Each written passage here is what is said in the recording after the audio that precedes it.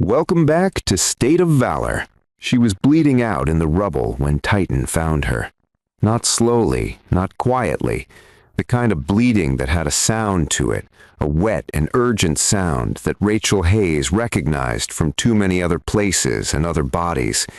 And the part of her brain that was still a Navy SEAL commander was already running the calculation, already arriving at the answer she didn't want. She had maybe 8 minutes. The building had come down without warning, the way things in that country always did, suddenly and completely, and without the courtesy of giving you time to prepare. One moment she had been moving through a doorway, her team at her back, Titan at her side. The next, the world had folded in on itself, and everything was weight and darkness and the smell of concrete dust and her own blood. She could hear her team on the other side of the rubble. She could hear them calling her name. She couldn't answer, not because she was unconscious, but because in 12 years of combat she had learned the most brutal of all battlefield lessons, that sometimes the sound of your own voice calling for help was the last sound you ever made, and old training didn't stop working just because you were dying. So she lay still. She pressed her hand against her shoulder. She counted her breaths. And then she felt him. Before she heard him, before she saw him, she felt the change in the air that Titan always made when he moved. A particular shift, like the way a room changes when someone who truly loves you walks into it. He came through the rubble the way water moves, around and between and through, finding the spaces that shouldn't have existed but did, because Titan had never in his life accepted that something was impossible simply because it looked that way. He pressed his body against her side. All of him, every pound of him, warm and solid and completely certain, the way he had always been certain, from the first day of training to this last broken moment in the dust of Kandahar. He placed his head against her cheek. Rachel Hayes had not cried in front of another living soul in 12 years of war. She cried now, silently. Her hand gripping his fur so hard it should have hurt him, and him not moving, not flinching, not making a single sound, just staying, just being the one thing in all that rubble that was warm and alive and absolutely unwilling to leave her alone. The rescue team found her 11 minutes later. The medics said she should have been unconscious from blood loss. They said her vitals were steadier than any of them had seen in a wound that serious. They looked at each other over her stretcher with the particular expression of people who had run out of medical explanations and were quietly reaching for other ones. One of them looked at Titan, sitting at the edge of the stretcher, his eyes fixed on Rachel's face with an attention so complete it looked like prayer. The medic didn't ask the question out loud. He didn't need to. That was 3 years ago. Now, Rachel sat in the corner booth of a diner called the Iron Skillet in a small town called Willow Creek with a cup of black coffee in front of her and Titan lying quietly at her feet. She wore a plain jacket and a baseball cap pulled low. No rank, no unit, no indication of the 12 years she had given or the 3 men she had carried home in her memory every single day since the last deployment.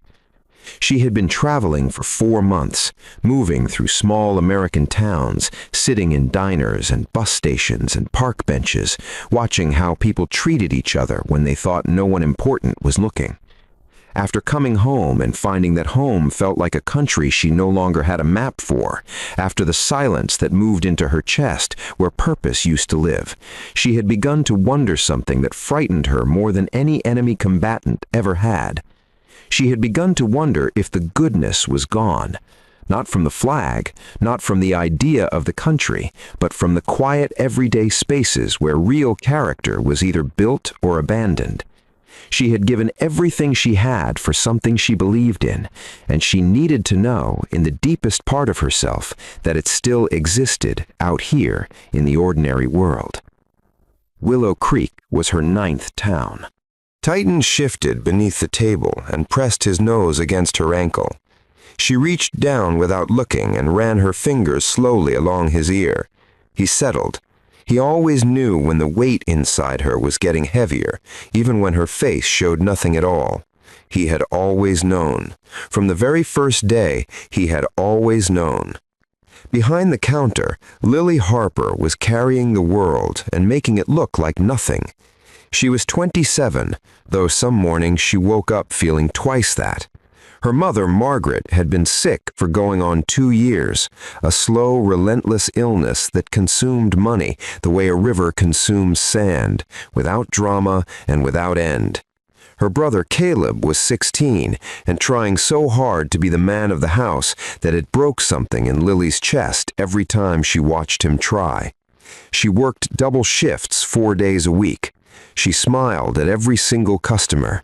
She had not let Caleb see her cry in 14 months. That Tuesday afternoon was quiet after the lunch rush, the particular sleepy quiet of a diner at 3 in the afternoon when the light comes in sideways through the windows and everything feels suspended. Lily moved through it with the efficiency of someone who had learned to make her body keep working long after her spirit had asked for a rest.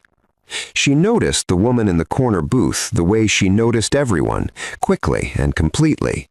She noticed how still they both were, the woman and the dog. Most people, even quiet people, shifted and adjusted and checked their phones.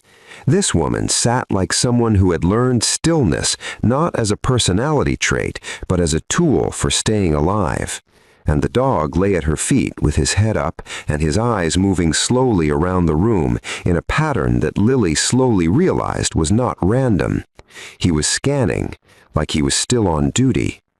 Lily brought a coffee refill to the booth without being asked. "Anything else I can get you?" she asked. The woman looked up. Her eyes were steady and dark and carried something in them that Lily felt before she understood, the particular weight of someone who had seen too much and was still in the process of deciding what to do with all of it. "No," said the woman. "Thank you." Lily turned to go. She almost missed it. But as she turned, the woman's sleeve shifted slightly, and Lily saw the scar. Long and deep and deliberate, running the length of her forearm. The kind of scar that had a story behind it that would never be fully told to anyone who hadn't been there. Lily went back to the counter. She said nothing, but she thought about it. The door opened 20 minutes later, and the atmosphere in the diner changed the way it always changed when Dale Mercer walked into a room. He was a large man who had learned early that size and authority together created a particular effect in people, a shrinking, a looking away, a sudden interest in whatever was directly in front of them. His deputy, Logan Pike, followed 2 steps behind with the expression of a man who had made a decision a long time ago to stop asking certain questions. Mercer's eyes swept the room. They stopped at the corner booth. He walked toward it, his boots loud and deliberate on the tile floor, and Lily watched from the counter with her hands wrapped around the coffee pot and that familiar tightening beginning in her stomach. She had seen Mercer do this before, to teenagers passing through, to families he decided looked wrong somehow, to anyone he calculated wouldn't push back. He stopped at the edge of Rachel's booth. "That your dog?" he said. Rachel looked up slowly. "He's a certified service animal," she said, calm. Completely calm, the kind of calm that doesn't come from confidence alone, but from having been in rooms far more dangerous than this one, and having learned that fear, when you feed it, grows. Mercer smiled. "Looks like a weapon to me." The diner went quiet, the particular quiet of people who can see something happening and are waiting to find out what kind of people they are. "I'm going to need to see ID and documentation for the animal and a leash permit." "I'm not causing any trouble," Rachel said. "You don't get to decide that," Mercer said, and his hand came down hard on the table. The sound split through the diner like something being broken open. Titan's head came up, and Lily Harper set down the coffee pot. She didn't plan it. She didn't reason through it. She thought later that 5 more seconds of thinking would have been enough for fear to win, and she had learned that fear was very good at winning when you gave it enough time. But she didn't give it time.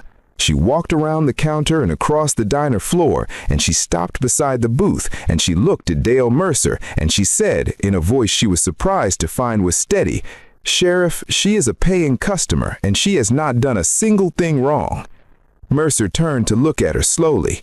"Lily," he said, almost gently, "walk away." "I can't do that," Lily said. Her hands were shaking. She pressed them flat against her apron. "She deserves the same respect as anyone else who walks through that door," Lily said, "and so does her dog." Mercer stepped toward her, and Titan stood up. No warning, no growl, no theatrical display of aggression. He simply rose, all of him in one silent motion, and placed himself between Rachel and the sheriff, and the size of him in that small space, the absolute stillness of him, the intelligence in his eyes as they fixed on Mercer's face, stopped every person in that diner cold. He didn't make a sound. He didn't need to. Rachel's hand came to rest gently on the back of his neck. "Titan," she said quietly. "Easy." The dog held for one long moment. Then he sat, but his eyes never left the sheriff. Mercer looked around the room and noticed, perhaps for the first time, that 6 phones were raised and recording. He straightened his jacket. He looked at Lily with an expression she would see in her dreams for weeks afterward. "This isn't over," he said. Then he walked out, and the bells above the door rang behind him, and every person in the iron skillet sat in the ringing silence and understood that something had just happened that was larger than a diner argument in a small town on a Tuesday afternoon. The video reached 2 million views before midnight. People watched a young waitress with trembling hands stand between a bully and a stranger. They watched a German shepherd rise in silence like something ancient and sworn. They watched a small, ordinary moment of courage play out under fluorescent diner lights, and something about its smallness, its complete lack of performance, made it hit harder than anything polished or produced could have. But Willow Creek itself turned cold. Her car was keyed in the parking lot 2 nights later. An envelope appeared in the mailbox with words written inside it that she put directly into the trash without reading to the end. Her manager grew quiet in the way that meant he was calculating something. Customers she had known for years suddenly found reasons to sit in other sections. Lily worked her shifts. She smiled at every customer. And at night, sitting alone in her car in the dark driveway, needing 5 minutes before walking inside and being strong again for her mother and her brother, she pressed her forehead against the steering wheel and asked the darkness the question she couldn't ask anyone else. Was it worth it? The darkness didn't answer. Rachel Hayes walked back into the iron skillet 3 days later. Titan came through the door first, reading the room before Rachel entered it, the way he always did, the way he always would. He found Lily behind the counter, and his tail moved once, slowly, which from Titan was considerable. Lily brought coffee to the corner booth. She set it down and started to move away. "Sit down," Rachel said quietly. "Please." Lily sat. For a long moment, neither of them spoke. Titan rested his chin on the edge of the booth and looked at Lily with eyes that held something uncomfortably close to full understanding. "You didn't have to do that for me," Rachel said. "No," Lily agreed. "Why did you do it?" Lily looked down at her hands for a moment. "Because you looked like someone who had already fought enough," she said, "and I didn't think you should have to fight one more battle in a diner." Rachel was quiet for a long time. Then she said, "I need to tell you who I am." She told her everything. The 12 years, the missions she could name and the ones that lived only in her body now as scars and silences. The 3 men whose names she carried every single day like stones in her chest, not as a burden she wanted to put down, but as a promise she intended to keep. She told Lily about coming home and finding herself a stranger in a country that was supposed to be hers, about the traveling, about the watching, about what she had been looking for, and about how close she had come to deciding it no longer existed. "I sat in that booth," Rachel said, her voice low and absolutely even, "and I thought, here it is again, the cruelty wearing a badge, the room full of people looking at their hands." She paused, "And then you put down the coffee pot." Lily didn't speak. "You gave something back to me," Rachel said, "something I had nearly finished grieving." Titan shifted and placed his head in Rachel's lap. She looked at him, and the expression on her face in that moment was the most private thing Lily had ever been allowed to witness. The expression of a person who had walked through a darkness most people would never find the edges of, and who had found, against all probability, a small and stubborn light on the other side. Then Rachel told her about the plan. The Courage Table opened 4 months later. Same building, same good coffee. But the kitchen was run by veterans finding their way back to something solid. Men and women who needed a reason to get up in the morning that had weight to it. A service dog program operated out of the back, pairing trained animals with veterans whose wounds lived on the inside where no one could see them. Titan was there every day. He had his place near the front door where he could see everyone who arrived and everyone who left. He took this responsibility with the full seriousness it deserved. One evening, near closing, a man came in, alone. He was in his 60s, with the posture of someone who had once stood very straight and was now spending enormous effort simply remaining upright. He sat at a corner table and ordered coffee and stared at the surface of it without drinking. His hands were resting on the table and they were shaking, not from cold, not from age, from something that lived much deeper than either of those things. Lily saw him from the counter. She took one step toward him and stopped, because Titan was already moving. He crossed the diner in silence, his steps unhurried and completely certain, and he stopped beside the man's chair. He did not make a sound. He simply raised his great head and placed it, with a gentleness that did not seem possible in an animal that size, on the man's knee. The man looked down. His breath caught, and then something in him that had been held very tightly for a very long time simply let go. His shoulders came forward, and a sound left him from somewhere deep, the kind of sound that only comes from a place that has been sealed shut for years, and he brought both his trembling hands up and buried them in Titan's fur, and he stayed that way while the diner went completely still around him, and nobody moved and nobody spoke, because everyone understood, without being told, that something sacred was happening in the corner of an ordinary room. Rachel stood beside Lily. She didn't look at the man. She looked at Titan. "He always knows," she said softly, "before any of us figure it out. He always knows exactly who needs him." Lily pressed her fingers against her eyes. She thought about her mother, stronger now, sitting up at the kitchen table in the mornings.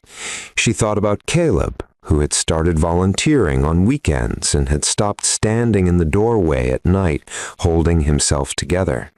She thought about a Tuesday afternoon and a coffee pot and 6 steps across a diner floor that had somehow led here, to this room, to this moment, to a dog placing his head on a stranger's knee and quietly saving a life that nobody in the room had known was in danger. One moment, one ordinary act of courage. That was all it had taken. Courage does not always arrive the way we expect it.